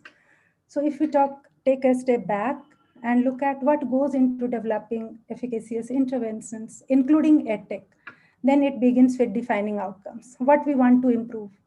We want to improve foundational skills. We want to improve literacy. We want to improve numeracy. We want to improve critical thinking skills. Or rather, we want to improve we can say that social skills like collaboration. We want to improve growth mindset. So first defining that, and after that, deep research, design research is required, that what are those components which can lead to achieve these outcomes. And this is what, if I talk in context of Khan Academy. So our outcomes were very clearly, neatly defined to measurably improve foundational skills in mathematics. That is very simple. And after that, the various components, if we talk about that components of education system or learning, there are three components. All of us know, everywhere it is documented: curriculum, pedagogy, and assessment. So content neatly tied to curriculum, a strong and robust pedagogy like mastery learning, scaffolding, and proximal personalization. This is what goes in input model of or theory of change of Khan Academy. And it follows by assessment and robust feedback. And each of these components, if we look at years of research, there are ample evidence that there is very high effect size for each of these components. So this gives us a belief, a firm belief, that it will result into better engagement, better learning experience, that in turn will lead to improved or better learning outcomes. And whenever we do any research or evaluation, this theory of change, it guides all of our evidence generation or uses of evidence or most of the research studies. And accordingly, going back to, we use these evidence to improvise these components: pedagogy, content, and assessment. And of course, teacher, learners, and tech, they are part of this big ecosystem. So we try to provide enough support so that these content features, along with program implementation, they lead to intended outcome. Excellent. No, and I was just trying to keep account of all the different reasons that between yourself and Pranav that were mentioned. And I think I'm over 6, right? And I think that's very encouraging, because that means that all this large conversation that we're having about need for evidence is something that the product ecosystem to some extent strongly believes in as well, right? So, I'll ask a different question to you, Saurabh, right? Which is related in some sense. But I understand, as far as I understand, TikTok Learn was created to plug a gap of quality audiovisual content in vernacular languages in the Indian context that didn't exist in India at that time, right? So the whole aim really from the start was to build a large repository of quality content, do it in record time and a large volume of content, right? Given that this type of solution is very different to a Mindspark or a Khan Academy, right? And given that your entire framing began with saying that let's build quality content, as opposed to saying that I'm building a whole offering and over time, I will learn from the market and I will iterate to build a stronger product or offering, right? So given this difference, right, I'm curious to learn a little bit more about how you thought about getting the right product market fit, right? And ensuring that quality of the solution was not compromised, right? Could you share some reflections on, some approaches that you took to product design, right? And how this approach has probably evolved since your early days? And did it help you to signal quality in the market? Got it. Thanks, Rashi. So, like you rightly said, TikTok Learn is slightly different in the sense that our genesis was to build a whole library of video content in Indian vernacular languages, and we've covered now 6 Indian languages, and we have a library of more than 10,000 videos for maths and science across these languages. And the idea was to do it fast, right? We wanted to build this content out in 2019. And I'm so glad that we did that, because it got used during COVID time very extensively.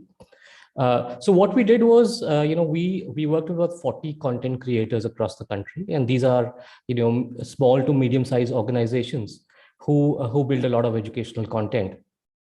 And we asked all of these organizations to build 2 videos for us. Then we spent about a month testing those videos, both for engagement and for lack of a better word, impact. And this was measured, impact was measured by, like a question given to a student based on the video, whether the student could answer the question before the video, and just like a simple test. And engagement was measured by, what was the reaction of the student, likability and engagement. For the early grade content, we also had something called a chips test, which I've borrowed from one of our content creators, where a student would be given a packet of wafers. And if the packet was still there, I mean, there was some chips left in the pack while the video was being watched, then we knew the video was okay, right? Or of course, there was likability and other factors. So we did that test on these 80 videos. And then we, then we figured out what were the characteristics of a particular video which worked. And these were different for the early grades and the more senior grades. For example, for the early grades, we realized the storytelling approach was very effective, right? It would take us 3 videos to go through a concept, which could have been done in a 3-minute video possibly. But if a story was woven around it, it would work very well. So that's what we did. That was the initial test. And now we keep doing some minor tweaks to our content, and we run a variety of different experiments to test those out. And of course, I'll talk about them later.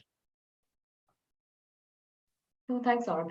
I think almost that really does bring us to the larger question at hand, right? Which is that how do you take this evidence and plug that into your product design, right? And you've spoken a little bit towards selecting the right variables, isolating what is driving engagement. Dr. Priyanka also spoke about how they really design what works, right? But could we go a little bit deeper into this very question, right? Maybe sort of we can start with you, and you can tell us a little bit more about how your product design has evolved thanks to evidence, right? Yeah.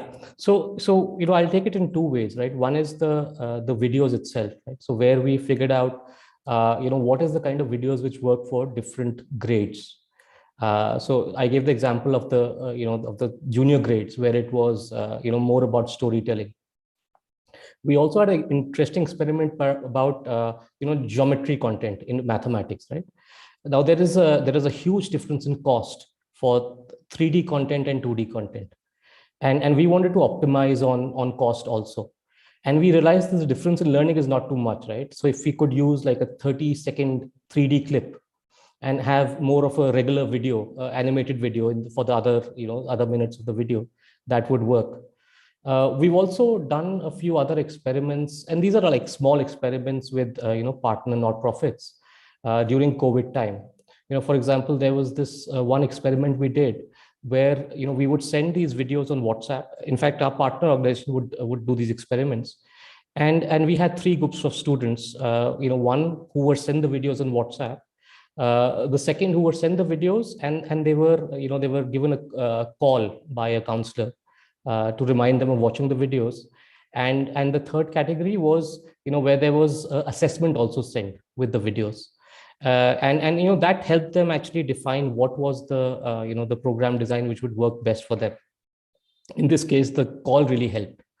So those are the kind of things we've been doing. Very interesting and very diverse set of things than what we typically hear about when it comes to educational research, but very innovative, very exciting. Pranav, can I plug you in? Would love to hear how you use evidence to inform product development and design. So, see, a lot of the evidence that's measured from the outside does it at the highest aggregated level of the product. So it basically tells you how much of the bell curve has the product shifted between the control group and intervention group. Now, at that level, it's basically giving you a broad direction. Now you can have this data segmented by grades. So for example, we found that some grades were having a greater impact than other grades. So in particular, we found that lower grades, the learning software had comparatively lesser gain. It was still positive, but it was lesser than higher grades. And one of the things we realized is because in lower grades, in grades 1 and 2, the human capacity of the teacher to be able to teach the number recognition and words and things of that is much higher than, let's say, grade 8 when you have complex algebra, geometry, many of those things. You can segment it by gender, which we normally don't find much difference. And then there's a socioeconomic piece where also we found that gains were largely consistent. So external evidence largely tells you only at this level. Now, what we do is we've built inbuilt pre-post tests in the learning software, which you can then look at the topic-wise. You can find out that in algebra, linear equations in 2 variables, despite having 5 hours of usage, why is learning not happening, and how can you improve the content to be able to do that? So that, I don't think external evaluation will have the bandwidth or the ability to measure given the way the tests are structured. So that has to be built into the software, and the data has to be looked at along with, I would say, primary pedagogy research. So data will just tell you what works, what doesn't. But by talking to the students, by reading research papers that get published, you can form a hypothesis on how a particular concept can be taught. We obviously look at our large volume of assessments data and see what patterns are emerging from there, and then build version 1 of a module in learning to be able to tackle that misconception. Now, as more students use it, you sort of see what parts of that topic need more work on. Finally, I think there is less discussion talked about ethnographic evaluation, where, how are students using the form factors of a smartphone to a tablet to desktops, laptops. There hasn't been much work done on that. I mean, we're device agnostic, so we work across all of them. But my hypothesis is that, touch can actually, touch screens on tablets can actually provide more opportunities than large screen formats, which have other benefits and pieces of that. So those are some elements of how we're using external evaluations, internal evaluations, data, and where more research is needed to be able to really optimize the use of EdTech. Thanks, Pranav. I think it's extremely interesting, right, that there are so many different types of evidence that a product company needs to generate, and types of evidence that a product company has to generate. And each of these different types of evidence have different roles that they serve, right, to support different stakeholders in the ecosystem. So it's extremely complex in that sense, right? Thinking back from a demand perspective, right, and that's all the other colleagues that we've heard today, right? Talking about the need for evidence for decision making. What strikes me is that what an offering such as Tulna can bring to the table is almost a common language and a common understanding to make a certain type of decision. Of course, not all of these decisions, right? So it's clear that Tulna focuses on product design and offers the common language, right? Making it a lot more easier for decision makers to make relative decisions, right? And for users to navigate kind of the diverse complexity of solutions that are available to them, right? But I'm curious, from your perspective, where you've already made large investments in varying types of evidence generation, what drew each of you to be evaluated by Tulna, and how have you found that experience? And perhaps this one we can begin with Dr. Priyanka.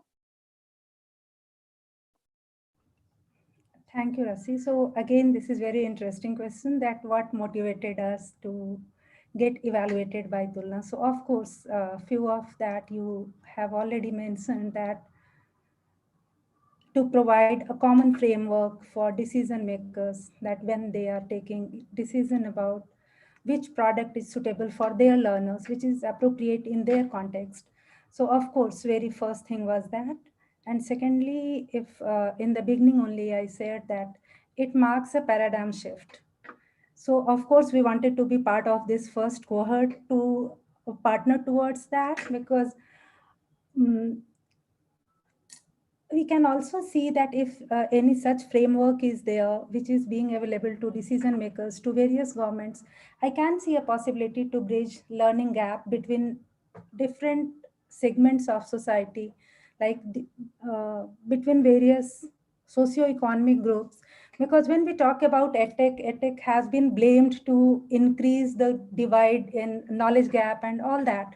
So if we are partnering with various government sectors, with government partners, we are looking particularly from their point of view, then such framework, this in long term, it might be helpful to provide some framework where these learning gaps are being narrowed down, because we are talking about sustainability in the system, sustainable system. So at this stage, we can't afford these gaps to widen further. So this was another driver. Third, if we talk about, then we are basically something what is, as Khan Academy, we are focusing maximum that is on mastery learning. That, and because mastery learning has shown potential of improvement up to 2 sigma. And I would like to share with the group that even right now at this moment, one of the JPAL researcher who is also co-chair education of JPAL and he is professor at University of Toronto, he is conducting a research that achieving 2 sigma with Khan Academy, that kind of thing. So as I discussed, that there are various components, design features. So each feature needs to be evaluated separately for its effectiveness. So like another one, he's doing coaching, that is coaching. So how much teacher support is needed in order to realize full potential of that? So all these are some of the researches which are being conducted at in various parts of the globe. But of course, we need equally rigorous evidence in Indian context. So, and that we are trying to get evidence in Indian context. So I wanted to join, we at Khan Academy, we wanted to join even EdTech Tulna to have some external evidence, some internal evidence. So even from that perspective, it was that this was another factor which drove us towards EdTech Tulna. And last, if I have to say that, all of us look for return on investment in EdTech because governments are investing a lot. And if we look at education sector, that what is ROI, that is impact which we are making on learning outcomes. So all of us were in sync that this is going to be some good initiative at Indian scale in Indian ecosystem. So we wanted to partner for that. And I think we were quite excited to be a part of this. Thank you, Rasi. Thank you, Dr. Priyanka. I think it's what you said about EdTech's role actually in bridging inequity as opposed to causing it, right? And evidence's role in helping EdTech achieve that. I think that framing is extremely powerful and beautiful for the entire conversation we're having today and what all of us are trying to achieve. So thank you so much for your thoughts. Saurabh and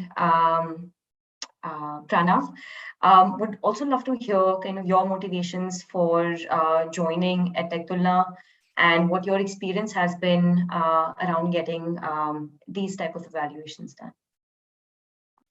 Sure, maybe I can go first. So, there were, 2 kinds of motivations, right? When we started out, one was that, we'd seen the framework and that was very rigorous.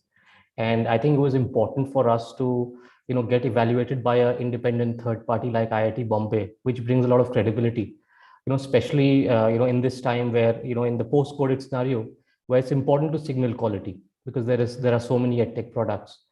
But I think, after we've gone through the evaluation, we've realized that it's a very, very transparent evaluation. So it really helps us, know where we need to improve, what's working, what's not. So I think, looking back, I think the fact that it's a transparent, independent evaluation, it's a very rigorous evaluation. It's backed by the best researchers in the field. And the fact that we can use it to signal our quality in a very cluttered environment. I think that's our motivation. Thanks, Saurabh. So, India has been procuring EdTech since 2001, right? Believe it or not, it's not new for the government. All of that has largely been in hardware acquisition play. It's been a procurement for the lowest cost devices. Forget about what it does, for what purpose, whether it works or not, whether it works on day 2 of its installation or not. It's simply been a procurement play. And it's been sad. I've visited hundreds of schools where the best use of that EdTech has been children doing some form of word processing, and the worst is locked away in cabinets, and the vast middle is where it's just gathering dust. I've also been part of many procurements of EdTech, which 95% of the budget or more is allocated towards hardware, and so largely there is no incentive for anyone to pay for quality software, because at the end of the day, all that the procurement person is checking for is if the devices have been delivered to the school, right? Not whether it has led to learning outcome improvement. And that's been an extremely sad situation for our taxpayer money to go into buying devices. In one particular state, the government bought 20 devices for 5,000 schools and wasn't even able to run YouTube properly, right? So yeah, my heart beats for efficient use of money and for EdTech to improve learning outcomes in reading and math to begin with. Ultimately, the effect on other subjects is bound to go up. So I think what EdTech Tulna's biggest service to India would be that it sort of creates both, I would say, a funnel to weed out low quality learning software. And second, to sort of put emphasis on a certain set of empaneled software that has existing evidence or growing body of evidence that it improves learning. The EdTech Tulna must, or a cousin of it must absolutely be a part of every state tender, because in the absence of it, you would have what we have had for the last 20 years. So my request to EdTech Tulna would be to keep this as a living document, right? For every single EdTech intervention that happens in India must get measured and get added to the EdTech Tulna framework. Over time, this has to be not a static report that's been launched, but a dynamic piece that's evolving with every iteration of both technology change, because that's happening rapidly, but also implementation on the ground, because ultimately great software still doesn't work if you don't get the implementation part right. So yeah, I mean, in evidence work, this is known as, what is the product efficacy, and then what is the treatment efficacy, right? There is an intent to treat and a treatment effect, and the two are different. So making sure that whatever said and done outside of these fancy panels, did the child in the school learn to read better and do math that's useful to them in daily life? Until that is done, all of us must work hard towards making that happen. Thanks. No, thanks, Pranav, and thanks everyone for so clearly articulating the focus that needs to remain on impacting student learning outcome, right? And I am amazed, frankly, at the commitment that each of you have showed in over decades, I believe, right, in ensuring that we're getting better and better bit by bit and working with the complexities that we live in. I think it's fantastic. And thank you for your contribution. Reflecting on the day so far, I think it's been great to hear diverse perspectives from the many stakeholders that have joined us today, and to tie all of this with what this means for EdTech Tulna and its future. A couple of things that Pranav has also highlighted in terms of the kind of considerations we need to keep alive to make this a continued contribution to the sector. I will now invite Gauri Gupta, who leads the EdTech practice at CSF, to share some of her remarks. Before I hand it over to Gauri, I just also want to share that I request all our audiences to continue to share their questions around any of the thoughts that they have from what we've discussed today via either the website for Tulna, which is edtechtulna.org, or on the YouTube chat, and to keep this conversation going over social media by using the hashtag #EdTechTulna. Over to you, Gauri. And thank you once again to all my panelists. Thank you, Rashi, and thank you everyone for being such a patient audience. I know we are on time, so I will just take 2 minutes to synthesize the beautiful comments that we heard today.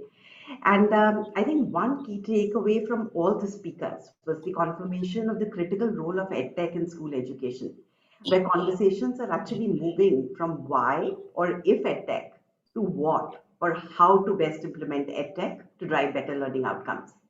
Hearing from Rashmi ma'am and Aditya, it is clear that EdTech salience with the government has grown rapidly during the pandemic, and this role is expected to stay in the future as well. As Manoj sir very elegantly and simply explained, it is imperative to remove the information asymmetry from the market And initiatives like EdTech Tulna are needed more than ever to support both sides of the ecosystem. Over our journey over the last 1.5 years, it has been heartening to see the uptake for Tulna. We are really encouraged by the organic nature in which Tulna has been received and adopted by state governments, signaling to us a true need for its offering and value in its ability to blend both the research and implementation lens. Not only that, we're extremely excited by the interest shown in Tulna from leading EdTech developers. Pranav, Priyanka, Saurabh all spoke about it. With this momentum, we hope that by launching Tulna today, we can kindle further conversations in the broader ecosystem on quality-led design and adoption of EdTech. Tulna is the start of a movement demanding quality in EdTech. And over the next few years, we want to ensure that we strengthen the offering. As Pranav said, we keep the offering alive and support governments and other stakeholders in adoption and implementation. I would like to express deep gratitude to all our stakeholders who've been so generous with their time and support to Tulna over the last 2 years. I especially want to thank Anil sir and the Energy platform for providing us this opportunity to ignite this important discussion with such momentum. I request Anil sir to share some reflections to close our session for today. Sir, you are on mute. I'm sorry, Anil sir, you are on mute. Thanks a lot, Gauri. I enjoyed every moment of the past 125 minutes that I spent here. Having been out of circulation for a while, it was a pleasure to be back and to be watching Pranav once again. I remember he had interviewed me long ago, and the passion with which he spoke and the sense that he brought out.